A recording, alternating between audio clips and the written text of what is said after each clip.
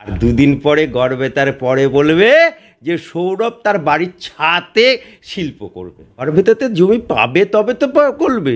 আরে সৌরভ গাঙ্গুলির একটা চায়ের দোকান করার ক্ষমতা নেই, সে কারখানা করবে? এটা কেউ বিশ্বাস করে? মানুষ বিশ্বাস করে? এগুলো হচ্ছে, দেখুন এখন এক্সিট পোল বেরিয়ে গেছে। এখন এক্সিট পোলে কি হচ্ছে, সবাই সমস্ত তৃণমূলের 5-8টা মিডিয়া থেকে শুরু করে সমস্ত মিডিয়া বলছে ভারতবর্ষে মোদি ক্ষমতায় আসছে, আর বাংলায় তৃণমূলের 22টা সিটের থেকে কমছে, আর ভারতীয় জনতা পার্টির বিজেপির 18টা থেকে বাড়ছে।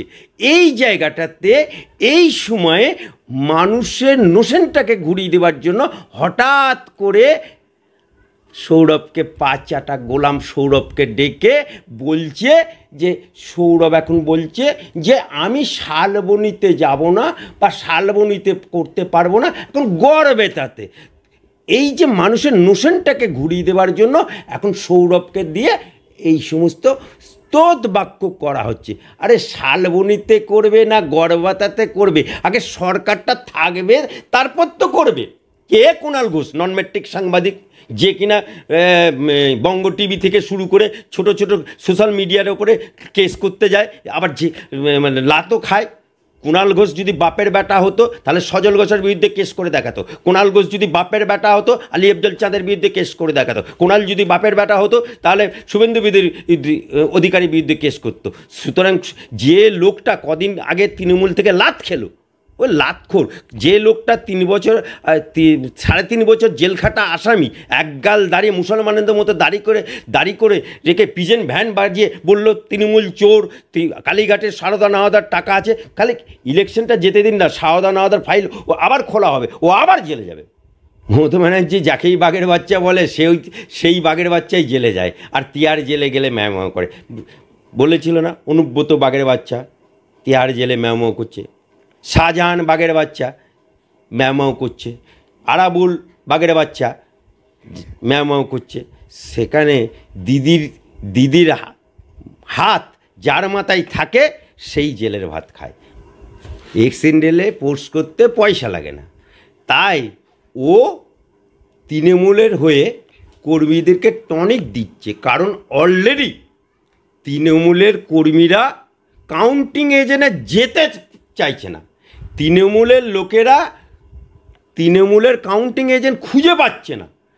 তৃণমূলের আজকে যা বাজারের অবস্থা, আপনি খালি 4 তারিখ, আজকে 3 তারিখ, কালকে দিনটা যেতে দিন, তৃণমূলের কই মাছ থেকে আরম্ভ করে কাতলা মাছ পর্যন্ত কীরকম টাকাং টাকাং টাকাং করে লাভ দেয় বিজিতে, খালি ইন্তেজার করুন। বাংলার বুকে ভুয়ো শিক্ষক দেখেছি, বাংলার বুকে ভুয়ো ডাক্তার দেখেছি, বাংলার বুকে ভুয়ো পুলিশ দেখেছি, বাংলার বুকে চটি পড়া পুলিশ দেখেছি, বাংলার বুকে ভুয়ো সিভিক দেখেছি। এই প্রথম ভুয়ো এজেন্ট দেখলাম।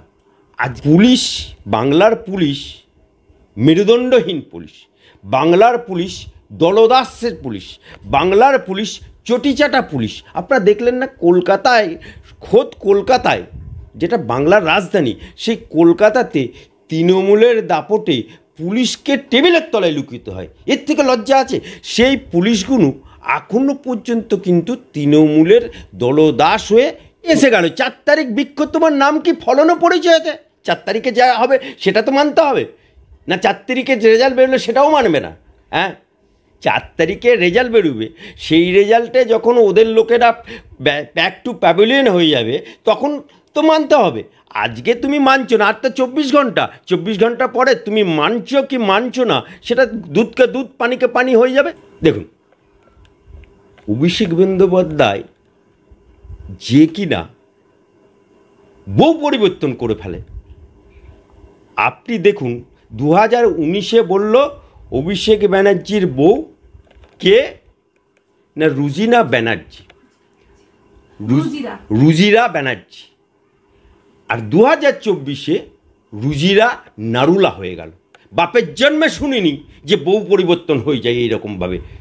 আজকে যে লোকটা লিখেছে যে 2019-এ লিখলো আমি ঘর ভাড়া দিয়ে খাই, এখন আবার বলছে ঘর নেই, দোন নেই, বাড়ি নেই, গাড়ি নেই, কিছু নেই। ও অভিষেক ব্যানার্জি, আলালের ঘরের দুলাল, তুমি কার গাড়ি চড়ো? কার গাড়ি চড়ো? কোন বাপের গাড়ি চড়ো?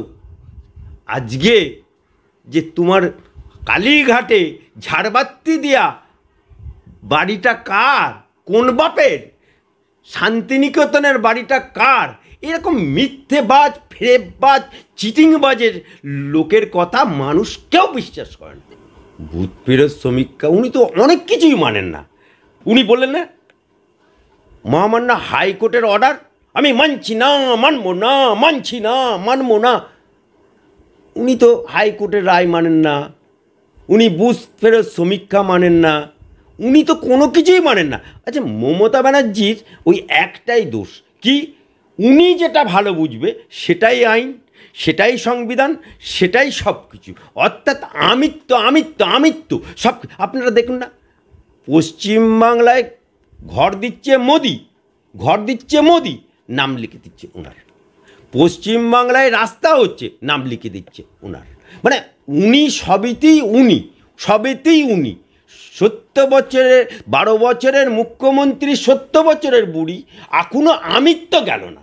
গাঙ্গুলি, দেখুন, সৌরভ গাঙ্গুলিকে আমরা ক্রিকেটার হিসেবে জানতাম, বাপের জন্মে শুনিনি যে সৌরভ গাঙ্গুলি ইন্ডাস্ট্রিয়ালিস্ট।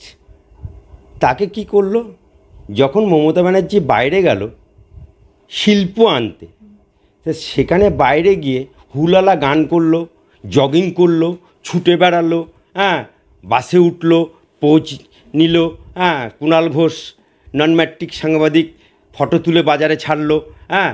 সেখানে যখন কোনো শিল্পপতি পেল না, তখন দক্ষিণ কলকাতায় বাড়ি, যাকে কলকাতায় এক ডাকলে চলে আসে, সেই সৌরভ গাঙ্গুলিকে দিয়ে ঘোষণা করা হলো শালবনীতে কারখানা হবে, 6 মাসের মধ্যে কারখানা হবে। কোথায় গেল সৌরভ? শালবনীতে কারখানা 6 মাসের মধ্যে হবে। এখন আবার পাল্টি খাচ্ছ কেন? জায়গা পরিবর্তন করছে কেন? হ্যাঁ, শালবনীতে কারখানার হবে না, এখন আবার বলছে গড়বেতাতে হবে। কোন গড়বেতা? যে গড়বেতাতে সংখ্যালঘু হারমাদ বাহিনী, তৃণমূলের হারমাদ বাহিনী কিছুদিন আগে রে করে তেড়ে গেল ভারতীয় জনতা পার্টির পার্ট থেকে, যেখানে হারমাদ বাহিনীর বাস, যেখানে লুটেরা বাহিনীর বাস, সেখানে গড়বেতাতে হবে। আর দুদিন পরে গড়বেতার পরে বলবে যে সৌরভ তার বাড়ির ছাতে শিল্প করবে। এই পাচাটা গোলামটা, এই নন ম্যাট্রিক সাংবাদিকটা, যে কিনা কিছুদিন আগে পর্যন্ত সুদীপ বন্দ্যোপাধ্যায়কে গালাগাল দিল, সুদীপ বন্দ্যোপাধ্যায় নয়না বন্দ্যোপাধ্যায়ের গোষ্ঠীর ছাদ্য করলো, তার বাড়িতে 1 কাপ চা খেয়ে জলভরা সন্দেশকে তার তাই কী করে নাচতে শুরু করে দিল। এবারে এই কিছুদিন আগে তাকে তৃণমূল থেকে বহিষ্কার করলো। তারপরে আবার আপনারা দেখেছেন ডেরেক ওবেরয় নিজে সাসপেন্ড করেছিল তার, সেই তৃণমূল থেকে সাসপেন্ড হয়ে তখন তিনি বলছেন আমি মুখ খুললে অনেক কিছু হয়ে যাবে, আমি মুখ খুললে অনেক কিছু। এই যে জুজুর ভয় দেখিয়ে দিল, তারপরে আবার পাচারতে শুরু করেছে, আবার বাজারে এসছে। এর মুখটা দেখতে আমি চ্যালেঞ্জ করছি, এই লোকটি যতদিন তৃণমূলের হয়ে বাইট করবে, তৃণমূলের হয়ে টিভিতে মুখ দেখাবে, তত মানুষের ভোট কমবে, তৃণমূলের ভোট কমবে, মানুষ তত মুখ ঘুরিয়ে নেবে। তাই এই লোকটি কি বলল আর কি কইল, বাজারে চাওলা দাম আছে, তবু এই লোকটির বাজারে দাম নেই। মানে এরা জেলে যাবার আগে অনেক বড় বড় ভাষণ দেয়, এদের ভাষণ কখন থামবে জানেন? এই মমতা ব্যানার্জির ভাষণ তখনই থামবে যখন উনার আদরের আলালের ঘরের দুলাল ওই অভিষেক ব্যানার্জি জেলে যাবে, তখন ওনার এই আওয়াজ বলতে বন্ধ হবে। দুর্নীতি বাংলায় ছেয়ে গেছে। হলিউড থেকে বলিউড, বলিউড থেকে খেলোয়াড়, খেলোয়াড় থেকে অভিনেতা, অভিনেত্রী, সবাই দুর্নীতির সাথে যেত। অর্থাৎ তৃণমূল দলে মধু আছে, সে মধু সবাই চেটেছে, আর সেই চাঁটা ফল সবাইকে ভুগতে হবে। আজকে ঋতুপর্ণাকে ডাকছে, আপনি দেখবেন দেবের নামও জড়িয়ে আছে।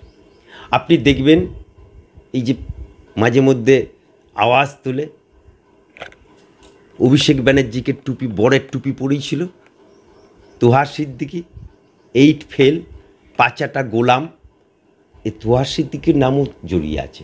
কারণ কুন্তল যে হুগলি জেলার, সে কিন্তু বলে দিয়েছে, সে কিন্তু নাম বলে দিয়েছে। এবং আপনারা খোঁজ করে দেখবেন, এই